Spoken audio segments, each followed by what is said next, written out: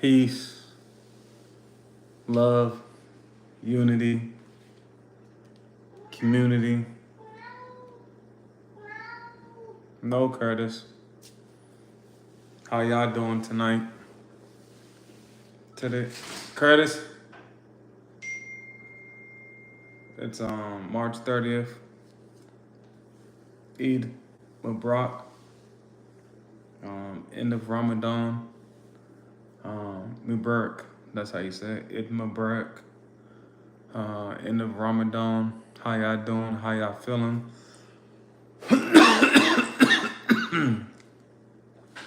Curtis. Um, no, there's no more outside for the night. Curtis want to go back outside. Him and Onyx, but the end for the night. Curtis, he just wanted to be on camera.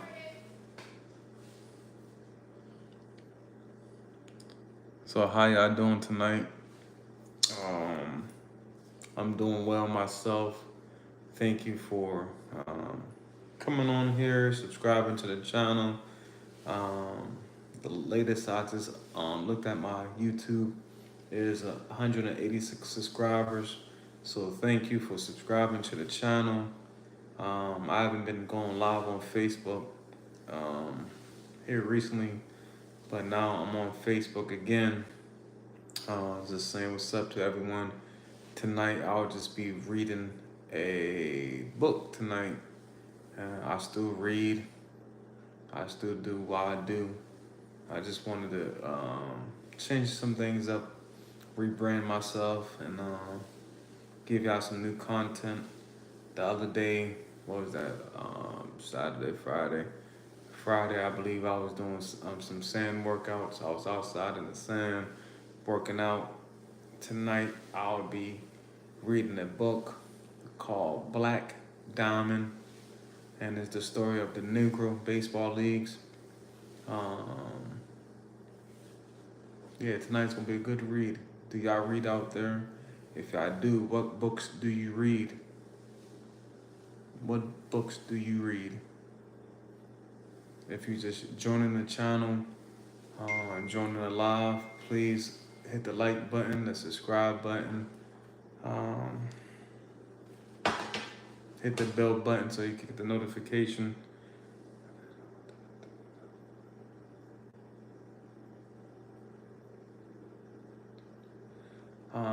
So without any further ado, I'm gonna get into Malcolm. Peace. Hola. ¿Cómo está? Fire working. How y'all doing? I'm about to get into the read of Black Diamond, the story of Negro baseball leagues. And again, thank you everyone for sharing their time with me tonight. Hit the like button, hit the subscribe button. So when I do come on live, you will get the notifications. Let's get into it, y'all. Black Diamond.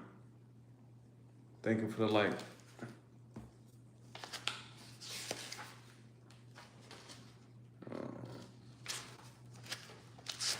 I guess it start automatically. The Brooklyn Daily Union, described as this festive but orderly affair. These organizations are composed of well-respected colored people, well-to-do in the world, and include many first-class players, and we trust that none of the white trash who follow white clubs will be allowed to mar the pleasures of the social colored gatherings. But that's not the nature of baseball. It's not surprising that the game was marred by arguments and called after 7 innings because of darkness. The Excelsiors beat Brooklyn 37-24. The first professional baseball league was formed in 1871. It was a player-run organization called the National Association of Professional Baseball Players. It was structured much like the older association. The Pythians, an all-black team from Philadelphia, applied for admission in the organization. In 1869, the Pythons had been the first all-black team to take their mound in competition against the all-white City Items, beating them 27-17. but the new National Association held with the ruling of the former NABP and rejected the Podfins application. None of the original charter clubs in the association, charter clubs in the National Association were black. Black clubs continued to form and compete with themselves with clubs outside the association. Then in 1876, the National League of Professional Baseball Clubs was organized. William A. Herbert of the Chicago White Stockings was one of the founders of the National League and served as its president from 1877 until his death in 1882. Again, no all-black clubs were admitted, and while there was no reign policy restricting blacks from playing in the league, it was generally agreed among the club owners that none would be signed up. What baseball teams do y'all like currently? This is baseball season. That's why I picked this book up. Baseball season started 3 days ago, I believe. What baseball team do you like? During this time, there were several African American professional ball players who left their mark on baseball. Even though they were not given the opportunity to perform in a large arena of the National League, among their trailblazers were two outstanding players, Bud Fowler and Fleet Walker. John Jackson was born in 1858 in upstate New York. Later, he changed his name to John Fowler. But to most people, Curtis just trying to get outside, but he's not going back outside. Told him he had a curfew at 9:30. He came in and think he gonna go out back outside on a Sunday. Bud Fowler grew up in a Cooperstown, New York, where the Baseball Hall of Fame would one day be located. There's a story that were told among ballers about a conversation between two baseball fans. Fan one, man, have you heard? They opened a Baseball Hall of Fame in Cooperstown, New York. Fan two, well, isn't that nice? They put it in Cooperstown to honor the great Bud Fowler. That's where he grew up, Fan one.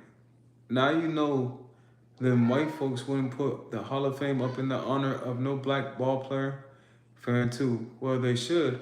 Bud Fowler was one of the best players that... Curtis!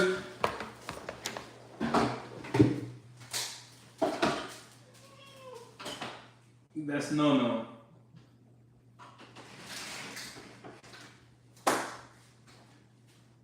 Go. I got it, Dion. Come here, Curtis. Come up here with me. Come on. Come on, baby. Come here, Curtis. Come on. Sorry about that. Come on, Curtis. Come with me. Come on. Curtis is acting up. Curtis want to come outside. You too, Onyx. Come here. Curtis. Come on. Come with me. He alright. He ain't gonna go. He be alright. Goat, what up? How you? How you been? How you doing? Fan two. Well, they should. Bud Fowler was one of the best players that ever held a bat, black or white. Even though the praise given to Bud Fowler was well deserved, he is not in the Baseball Hall of Fame. Fowler spent 25 years traveling a bumpy road of triumphs and disappointments. He played for 14 teams in 9 leagues, and he batted about .300 each season. He led the Western League in triples in 1886, yet he was never picked up by the National League team. He had learned to play the game as a boy and was good enough by age 20 to turn pro. In 1872, he joined a team in Newcastle, Pennsylvania, where he was the only black pitcher. Soon after, he moved to a local team in Chelsea, Massachusetts, where he defeated the national team in the exhibition game. He distinguished himself 3 times on the mound for the Lynn Live Oaks in an international association. the first minor league. Although he was good as any of his peers, Fowler was not picked up by any of the major leagues teams due to racial prejudice.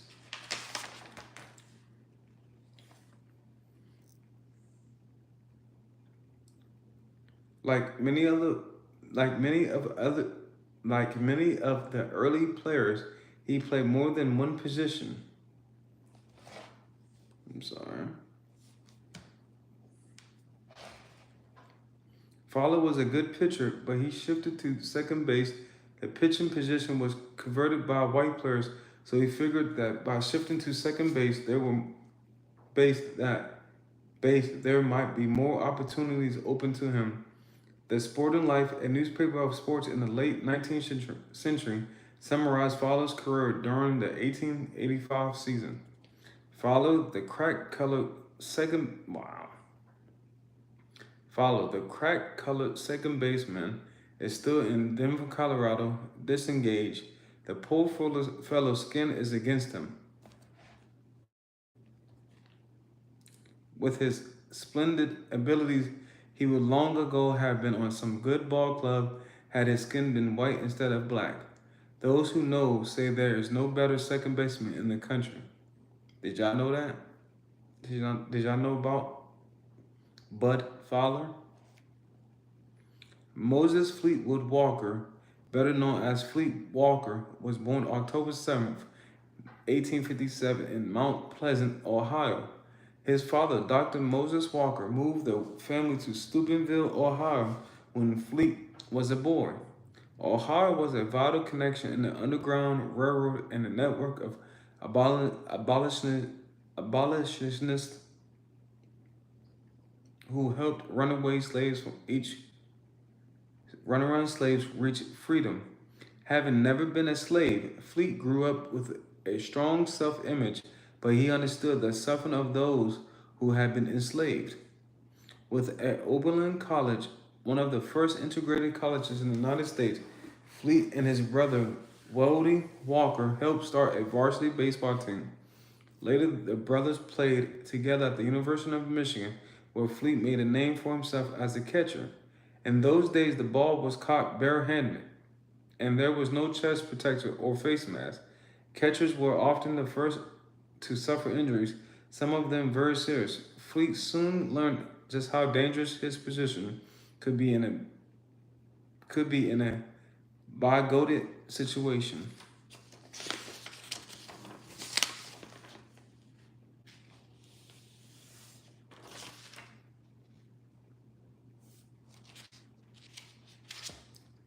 There's some good information about baseball. Oh, there you go. Let me see what they talking about.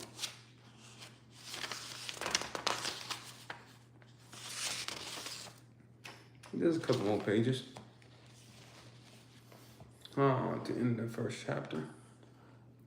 After his college career ended, Fleet turned pro and signed with a minor league team in Toledo, Ohio. After his first year, Toledo joined the American Association, which was a major league. The AA had no color bearers. Although the AA was in its infancy and the National League was much more prestigious, Walker is credited with being the first black major league player. His debut in the majors invoked reactions ranging from curiosity to contentment. While he received a warm welcome and cheers for his skill behind the plate in Baltimore and Washington, D.C., he was booed in Louisville. In Richmond, Virginia, Toledo's manager was sent a message by the 75 men who threatened to mob Walker if he took the field, and on August 10th, 1883, Cap Anson, a Hall of Famer, player and major of the Chicago White Stockings, also threatened to cancel an exhibition game with Toledo if Fleet played. The Toledo manager, Charlie Morton, called Anson bluff and put Walker in the lineup. The game was played without incident.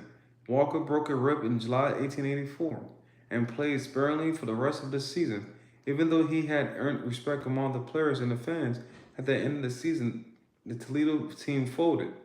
Toledo crack pitcher Tony Mullen said Walker was the best catcher I ever worked with, but he didn't feel the same way when they were teammates.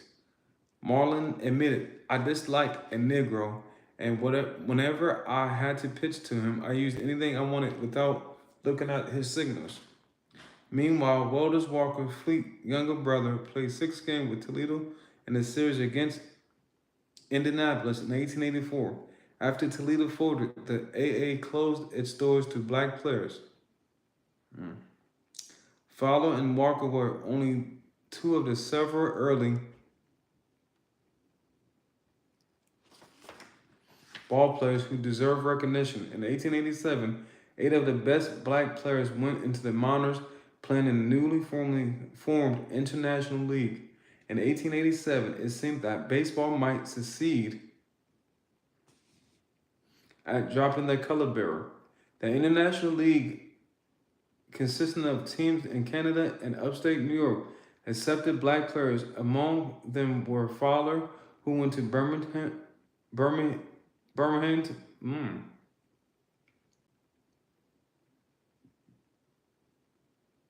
Fowler, who went to Binghamton, and Walker, who signed with Buffalo. Joining them in the IL were Buffalo infielder Frank Grant, the Sporting Life called a great all-around player, and pitcher George Stovey, who won 35 games and lost 14 that year, which is still an International League record.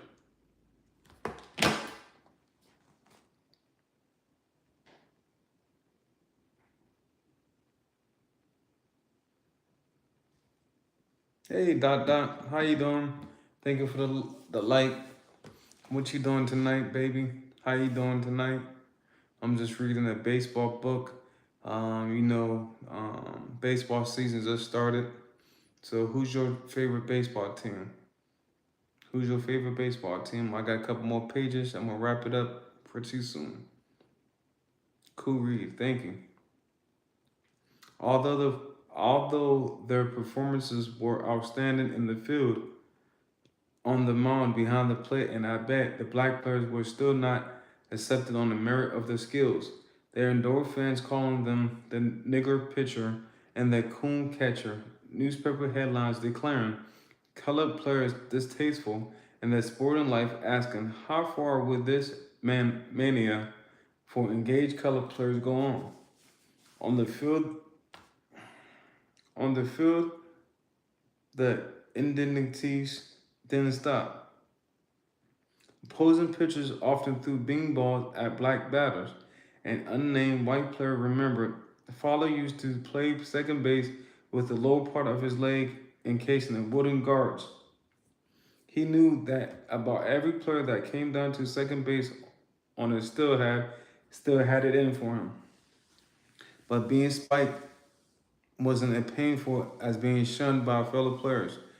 Grant narrowly escaped a beating from his teammates, and the Birmingham squad refused to take a team picture with Fowler and threatened not to play if he remained on the team. The management caved in under pressure, and Fowler was released by the club.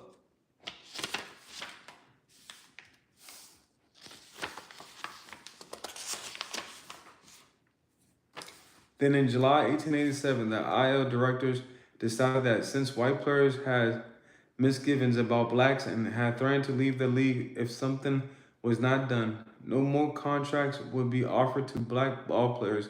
The color line was being drawn, although the few blacks who were still playing in the IL at the time were not immediately dismissed. The day was drawing nearer when each one would be shut out of the minor league play too.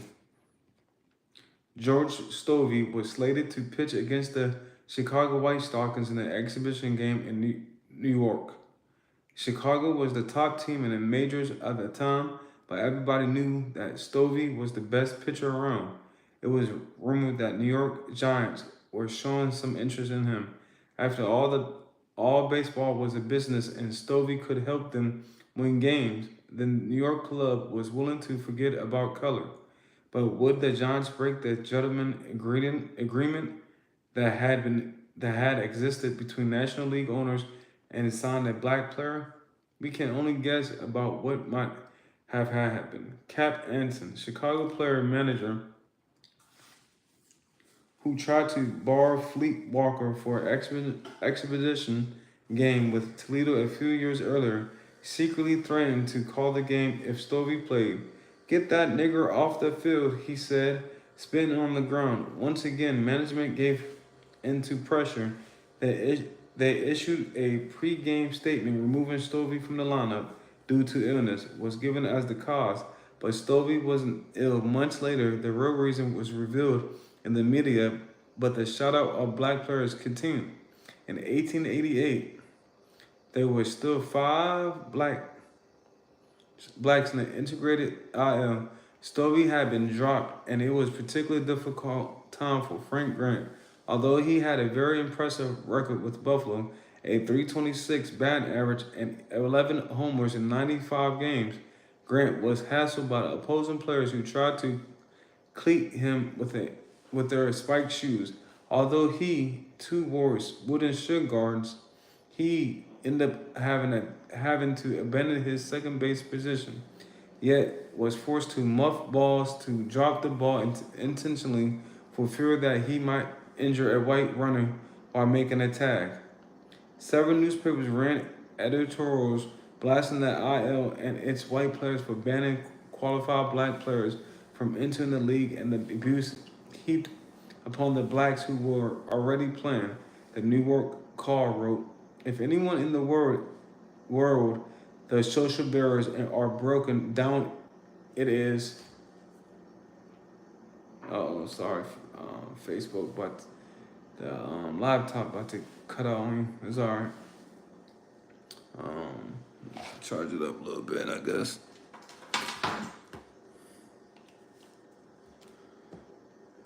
I guess I charge it up.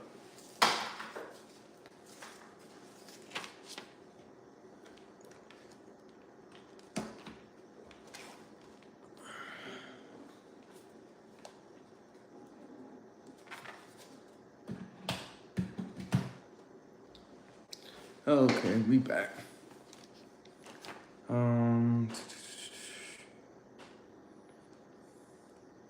If anywhere in the world the social barriers are broken down, it is on the ball field. There are many men of the low birth and poor breeding are the idols of the rich and cultural. The best man is who plays best. Even men of churlish disposition and coarse hues are tolerated on the field. In view of these facts, the objection to colored men is too ridiculous. If social distinctions are to be made, half the players in the country will be shut out. Better the character and personal habits by the test. Weed out the tough and intemperament man first. Then it may be in order to draw the color line. In the latter part of the 19th century, baseball was played by ordinary men, and the fans were mostly ordinary people who wanted to see a good game. Good breeding and social statuses weren't even a consideration. Ordinary whites didn't like the idea that blacks were their equals on and off the field. Well, this is the book of, I'm going to say delete. This was the book Black Diamond, the story of Negro baseball leagues. Again, baseball seasons have started. Who is your favorite baseball team? Myself, I really don't have a favorite baseball team per se. I really don't. I don't watch baseball like that.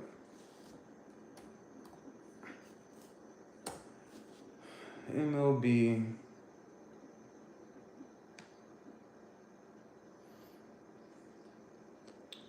So today was the Braves and the Padres played. The Padres beat the Braves 5-0. The Mariners played the Athletics. The Mariners won 2-1. Diamondbacks play the Cubs. 10-6 Diamondbacks. The Red Sox play the Rangers. The Rangers won by 1 today. Phillies played the Nationals, and the National wins 5-1. The Brewers play the Yankees today. Oh, it's preseason. Oh, this is preseason. Okay, cool. I'm gonna check a game out this year. Yankees play the Brewers. Yankees won 12-3. The Orioles, Baltimore, played the Blue Jays 3-1. The Pirates play the Marlins. That's Pittsburgh Pirates played the Florida Marlins. The Marlins won by 1, 2-3. Rockies, Colorado Rockies played the Rays, Tampa Bay Rays. Ooh, I'm a beast. 4-6. Giants played the Reds. I think it's San Francisco Giants. The team Barry Bonds played on. Reds. Cincinnati Reds. The Guardians played the Royals.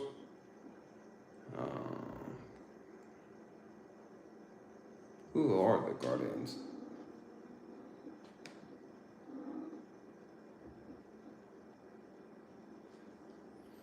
Cleveland. Oh wow.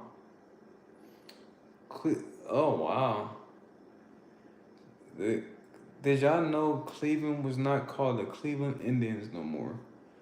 I gotta look that up. When did it change that? Let me look that up. Okay. When did the Cleveland... right there. So, the Cleveland Indians officially changed their name to the Cleveland Guardians on November 19th, 2021. The team announced the name change in July 2021, following years of criticism over the use of Native American imagery, and the transition was completed after the 2021 MLB season. Did y'all know that? I did not know that. Okay. So, but anyways, the Indians beat the Royals 6-2.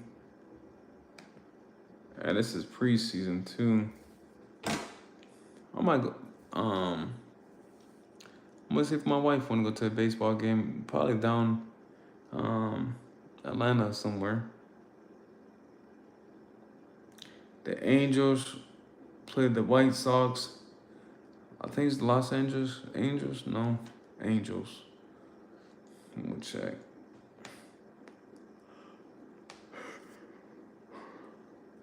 Excuse me. White Sox is in Chicago. I know that. Angels.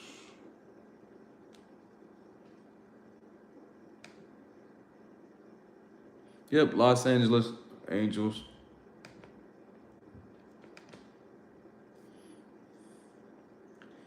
The Twins, Minnesota Twins, I believe. And the Cardinals is Arizona, I think. I'll let you know. Nope. The Cardinals are St. Louis Cardinals.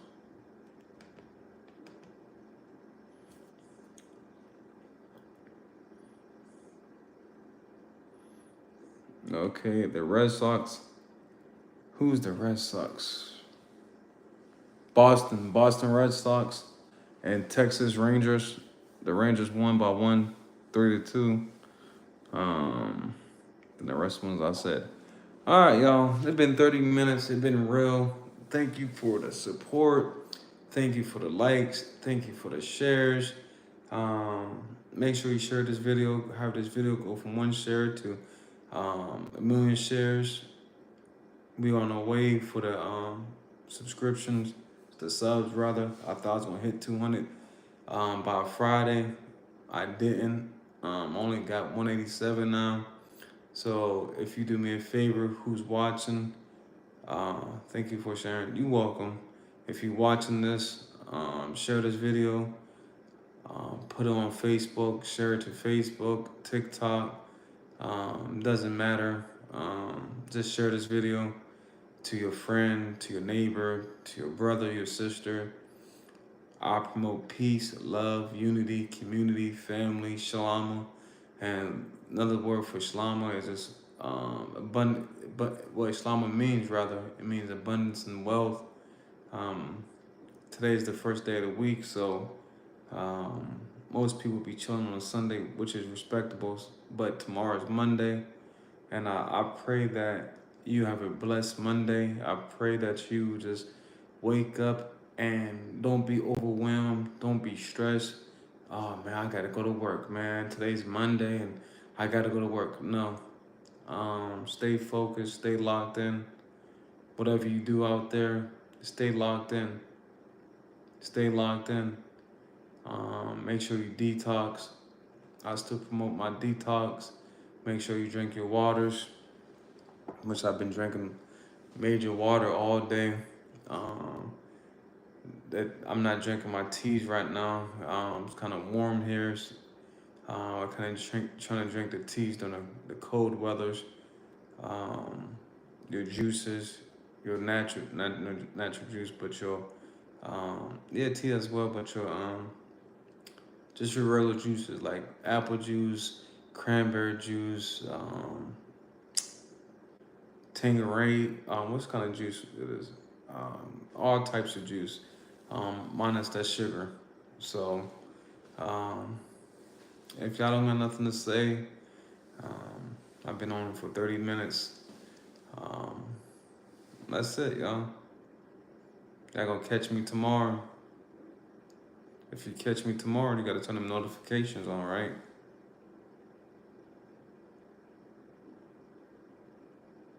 All right, y'all.